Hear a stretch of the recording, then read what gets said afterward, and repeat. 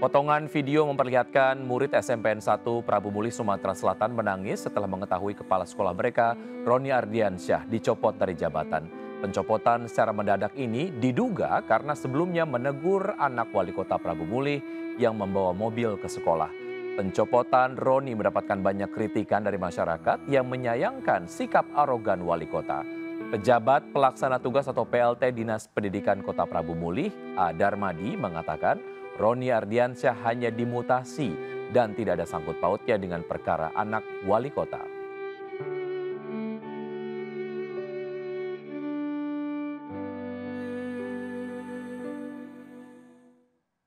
Sementara itu, setelah viral, Wali Kota Prabu Muli Arlan muncul ke publik dan meminta maaf. Ia membantah mencopot kepala sekolah SMPN 1 karena melarang putranya membawa mobil ke sekolah.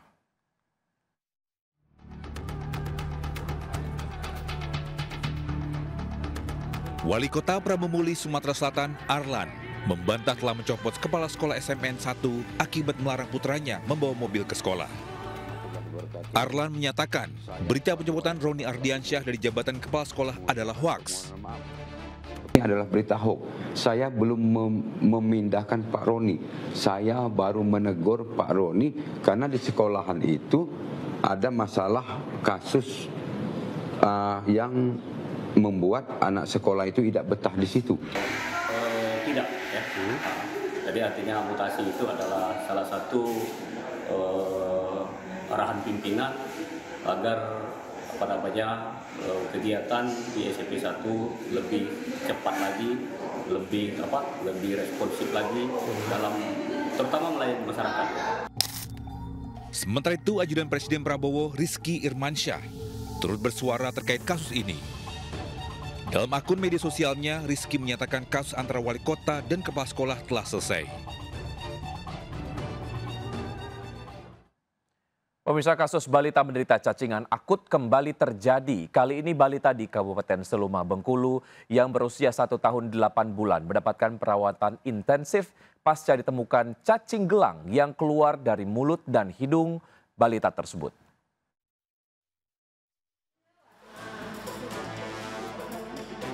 Kakak beradik warga desa Sungai Petai, Kecamatan Talo Kecil, Kabupaten Seluma, Bengkulu berusia 1 tahun 8 bulan dan 4 tahun mendapatkan perawatan intensif di RSUD Tais pasca ditemukan cacing gelang yang keluar dari mulut dan hidungnya. Sebelumnya sang adik berusia 1,5 tahun dibawa oleh orang tuanya dengan keluhan batuk dan sesak nafas.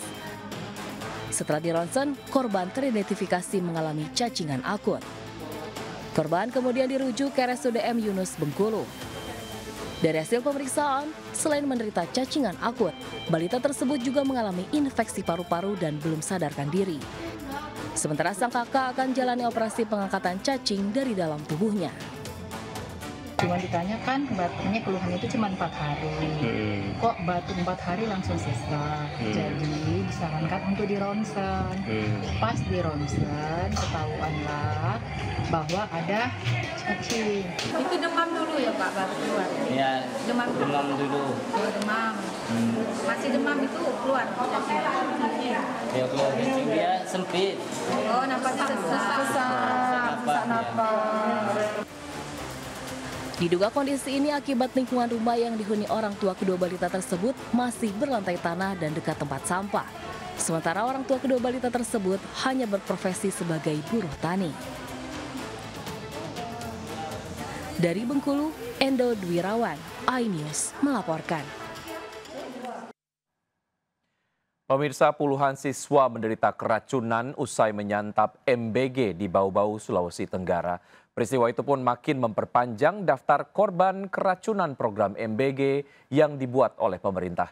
Diperkirakan sudah 4.000 lebih korban keracunan MBG dan masih terus bertambah.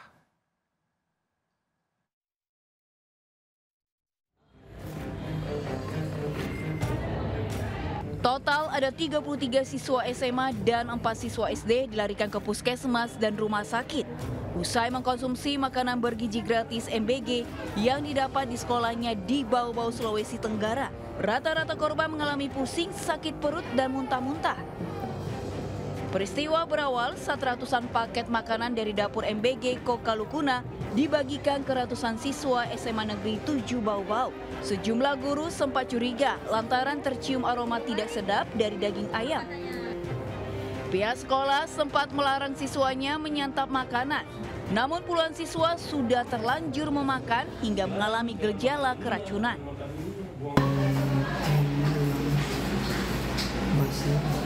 Oh, ayamnya rasanya basi? Iya. Itu di MBG itu? Iya. Oh, habis makan itu? Langsung sekitaran 20 menit baru bereaksi.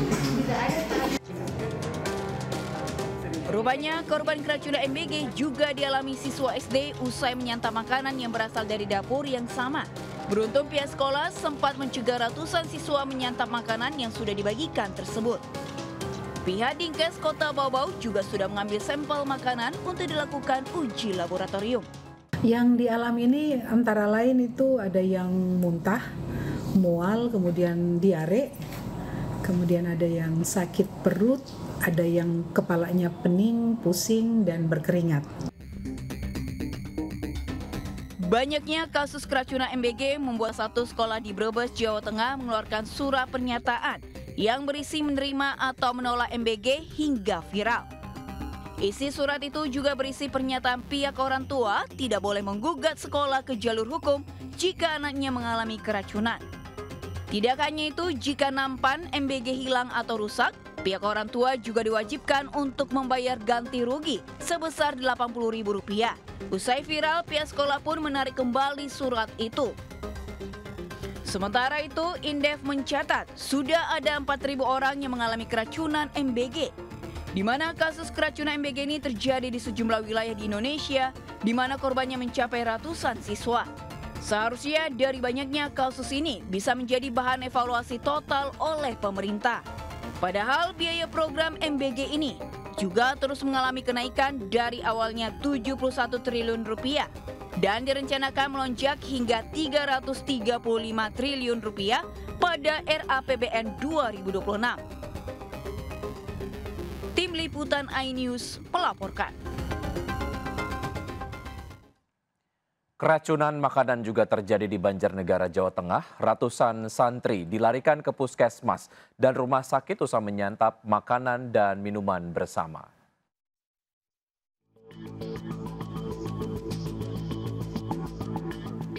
Petugas medis terpaksa menggunakan tempat tidur darurat untuk menampung 146 santri Pondok Pesantren Al-Madinah di Banjarnegara, Jawa Tengah. Keracunan massal bermula saat 19 santri datang ke puskesmas Rakit 1 dengan keluhan mual, muntah, dan diare. Namun saat malam jumlah pasien melonjak tajam hingga puluhan santri dengan gejala serupa. Seluruh korban langsung mendapat pemberian cairan infus agar tidak menderita dehidrasi. Tercatat 34 santri masih dirawat di puskesmas sekitar, sementara 3 dirujuk ke RSUD Banjarnegara. Sementara 112 santri lain cukup menjalani rawat jalan. Hingga kini tim Dinas Kesehatan masih melakukan investigasi dengan pengambilan sampel air minum dan makanan untuk dicek di laboratorium. Dari Banjarnegara, Jawa Tengah, Nurdin Fauzi, iNews melaporkan.